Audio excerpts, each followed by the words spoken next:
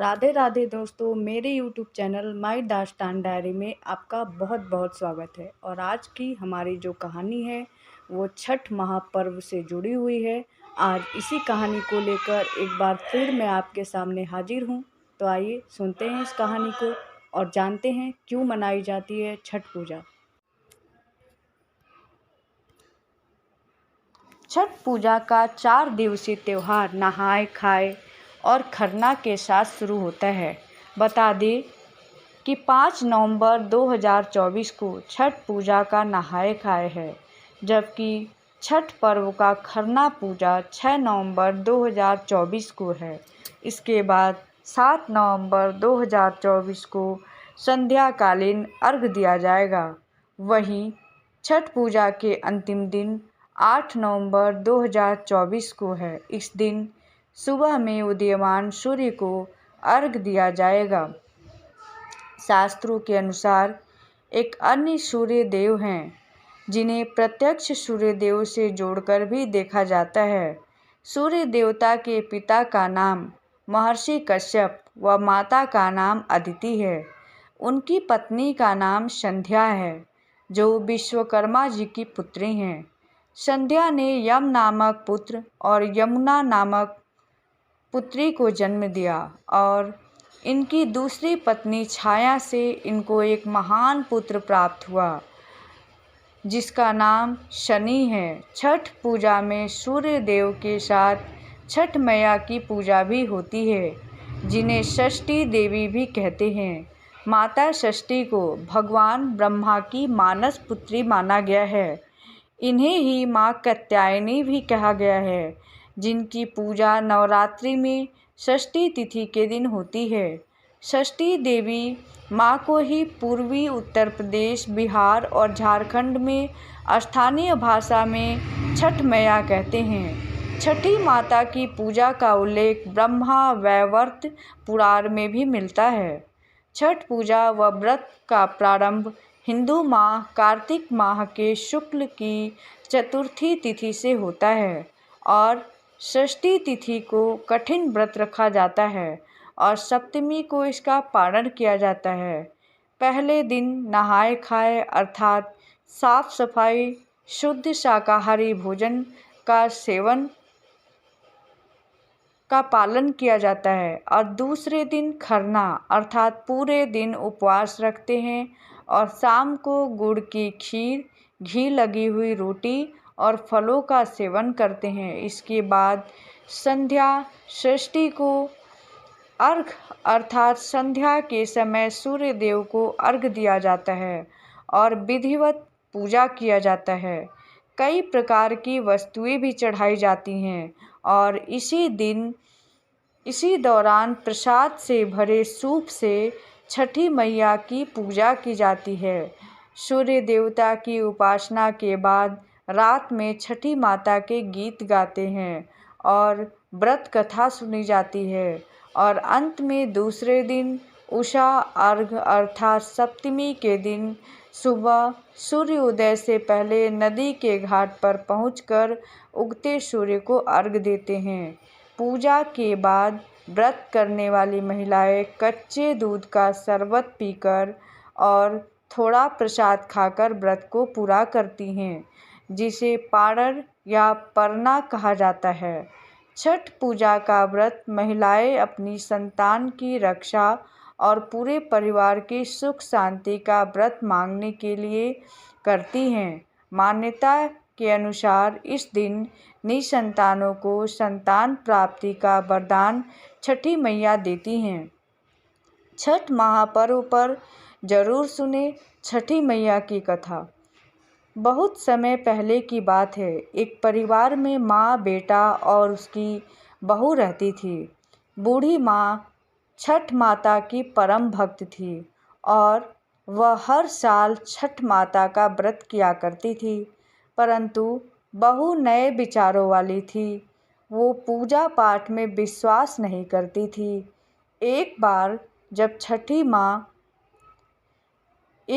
जब बूढ़ी अम्मा छठ माता की पूजा की तैयारी कर रही थी, बूढ़ी अम्मा का बेटा आम की लकड़ी तोड़कर ला रहा था और पूजा की सामग्री भी बाजार से खरीद कर ला रहा था। तभी बुढ़िया माँ की बहू बूढ़ी अम्मा पर हंस रही थी और कहने लगी कि अम्मा, दुनिया कहाँ से कहाँ पहुँच गई और लोग आसमान को छू रहे हैं और आज भी आप इतनी अंधविश्वासी हो। पढ़ी लिखी बहू की बातों का बूढ़ी माता पर कोई प्रभाव नहीं पड़ा। बूढ़ी अम्मा तो अपने ही धुन में मस्त थी। जब बूढ़ी अम्मा पूजा करने को तैयार हुई, परंतु बहू ने कहा कि माई, ये सब बेकार है। इस उम्र में 3 दिन भूखी रहोगी तो बीमार पड़ जाओगी और अपनी सेहत को भी बिगाड़ लोगी। भूख प्यास से न जाने क्यों लोग खुद को सताते हैं। नई बहू की ये बातें सुनकर उसके भोलेपन पर बूढ़ी माँ मुस्कुराने लगी और कहा कि अरे बहू, शादी के बाद मेरे संतान नहीं हो रही थी, तब मैंने यही व्रत को किया।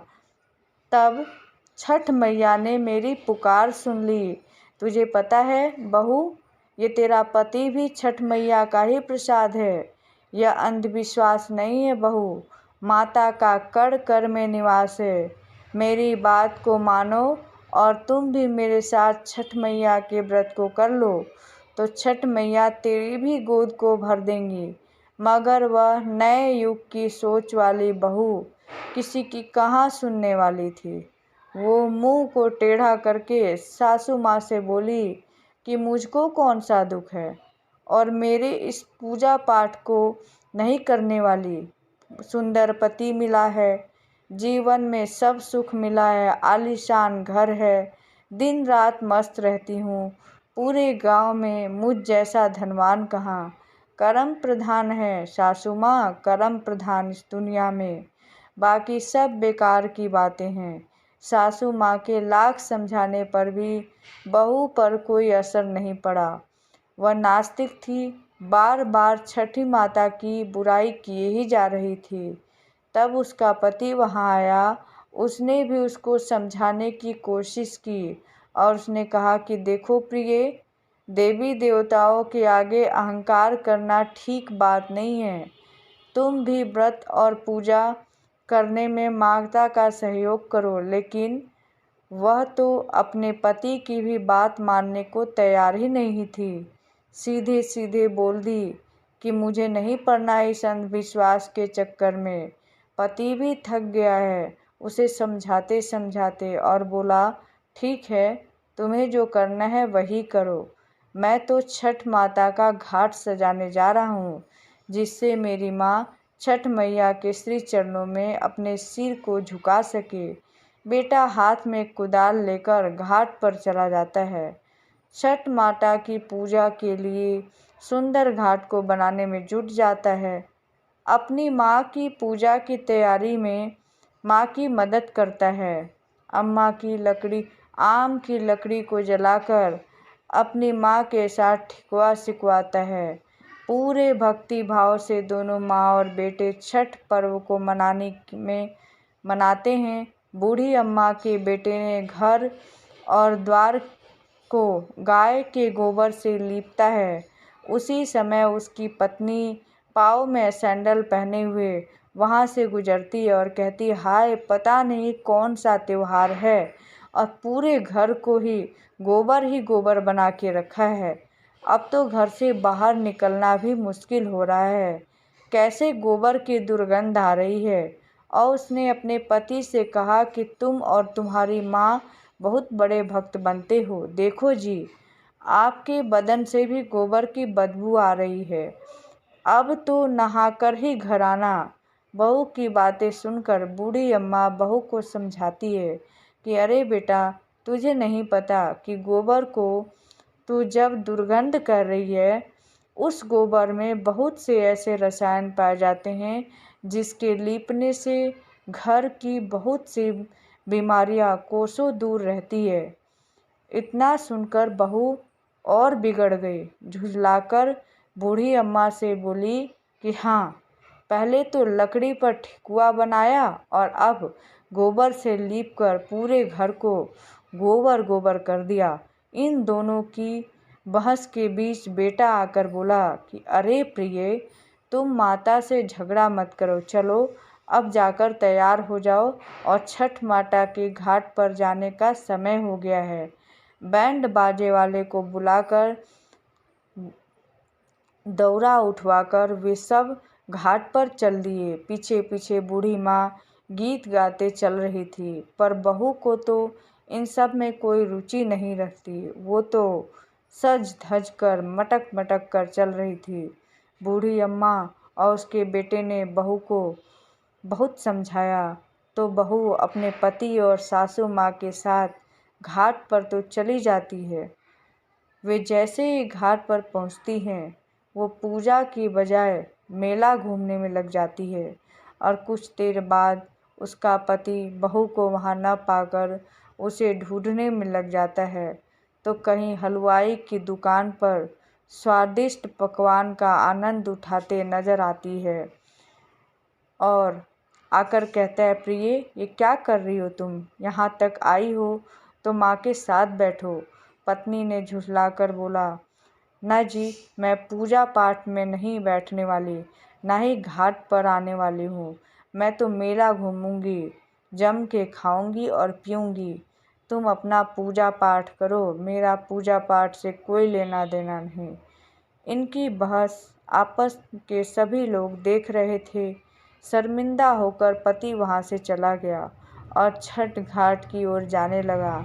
ईंख खड़ा करने को वही बेटा घाट की ओर जाता है और जैसे ही वह नहाने को वह डुबकी लगाता है और वह डूब जाता है। डूबता डूबता वह जोर जोर से चीखने लगता है, बचाओ बचाओ, लेकिन किसी को भी आवाज़ कहाँ से आ रही हो पता भी नहीं चलता है। कोई तो जाओ ढूंढ के लाओ, सब यही चिल्लाने लगते हैं। जैसे ही बूढ़ी अम्मा को पता चलता है कि उसका बेटा नदी में डूब गया, वो छाती पीट कर रोने लगती है और छठ माता से ही सवाल कर दिया, अरे माँ, मैं माँ हूँ और तू भी माँ है, और तू कैसी माँ है जिसने एक माँ से उसका बेटा छीन लिया? जब से मेरी शादी हुई है, मैं पिछले 30 साल से पूजा करती आ रही हूँ।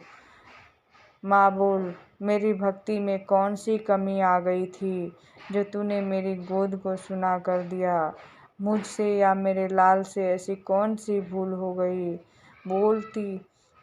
बोलती तो तूने मेरा लाल छीन लिया। अरे माँ, मैं तो छठ घाट तेरी पूजा करने आई थी, तूने तो मेरी दुनिया ही उजाड़ दी।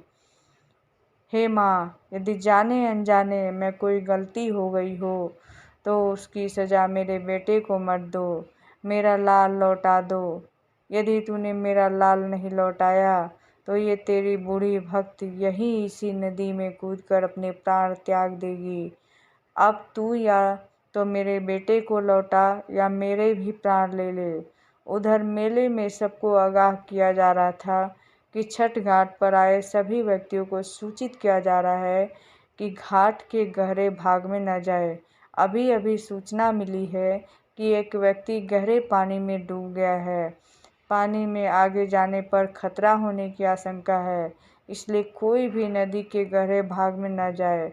ये बात सुनकर बहू दौड़ी दौड़ी जाती है और वहाँ जाकर जब वो देखती है कि उसकी सासू माँ दहाड़ मारकर रो रही है, उसका पति इस दुनिया में नहीं रहा, तो उसे सदमा लग जाता है और वह ज़ोर ज़ोर से चीखने लगती है और रोने लगती है। पागलों की तरह लोगों के ईख को उठाकर फेंकने लगती है। चीख चीख कर बूढ़ी माँ से पूछती है कि मैंने तो पहले ही कहा था कि माँ, छठ वट के पूजा में मत पड़ो, सब ढोंग है, अंधविश्वास है।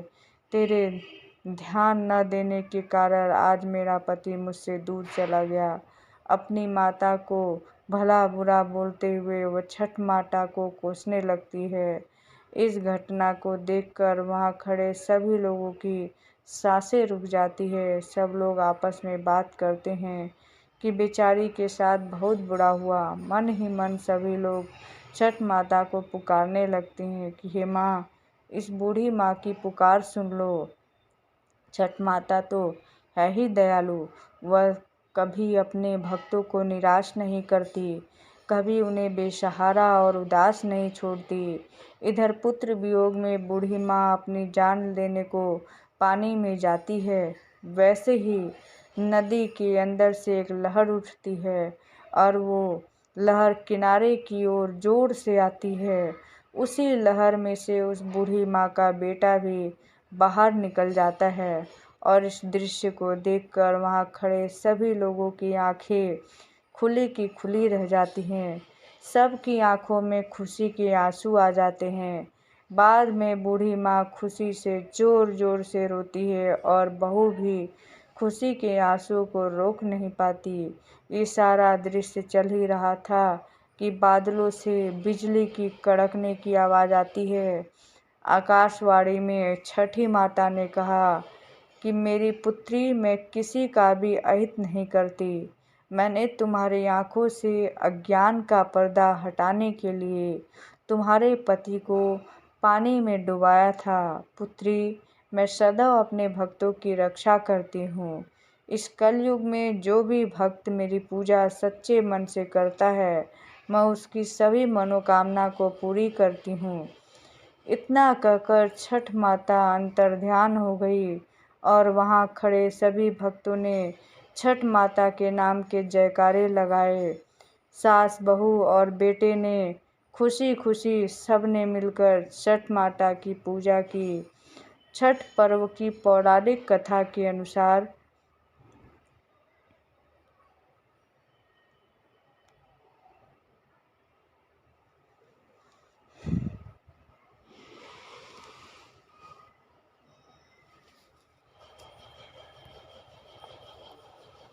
राजा प्रियव्रत और उनकी पत्नी की कोई संतान नहीं थी, लेकिन इसे लेकर राजा और उनकी पत्नी दोनों हमेशा दुखी रहते थे। संतान प्राप्ति की इच्छा के साथ राजा और उसकी पत्नी महर्षि कश्यप के पास पहुँचे। महर्षि कश्यप ने यज्ञ कराया और इसके फलस्वरूप प्रियव्रत की पत्नी गर्भवती हो गई। लेकिन 9 महीने बाद रानी ने जिस पुत्र को जन्म दिया वह मरा हुआ पैदा हुआ। यह देखकर प्रियव्रत और रानी अत्यंत दुखी हो गए। संतान शोक के कारण राजा ने पुत्र के साथ ही शमशान पर स्वयं के प्राण त्यागने व आत्महत्या करने का मन बना लिया। जैसे ही राजा ने स्वयं के प्राण त्यागने की कोशिश की कि वहाँ एक देवी प्रकट हुई, जो कि मानस पुत्री देवसेना थी। देवी ने राजा से कहा कि वो सृष्टि की मूल प्रवृत्ति के छठे अंश से उत्पन्न हुई है। उन्होंने कहा, मैं षष्ठी देवी हूँ। यदि तुम मेरी पूजा करोगे और दूसरों को भी इसके लिए प्रेरित करोगे तो मैं पुत्र रत्न प्रदान करूँगी। राजा ने देवी षष्ठी की आज्ञा का पालन किया और कार्तिक शुक्ल पक्ष की षष्ठी तिथि के दिन देवी षष्ठी के लिए पूरे विधि विधान से व्रत रखकर पूजा की। व्रत और पूजा के प्रभाव से देवी षष्ठी के आशीर्वाद से राजा को पुत्र की प्राप्ति हुई। कहा जाता है कि राजा ने कार्तिक शुक्ल पक्ष की षष्ठी को यह व्रत किया था और इसके बाद से ही छठ पूजा का आरंभ हुआ।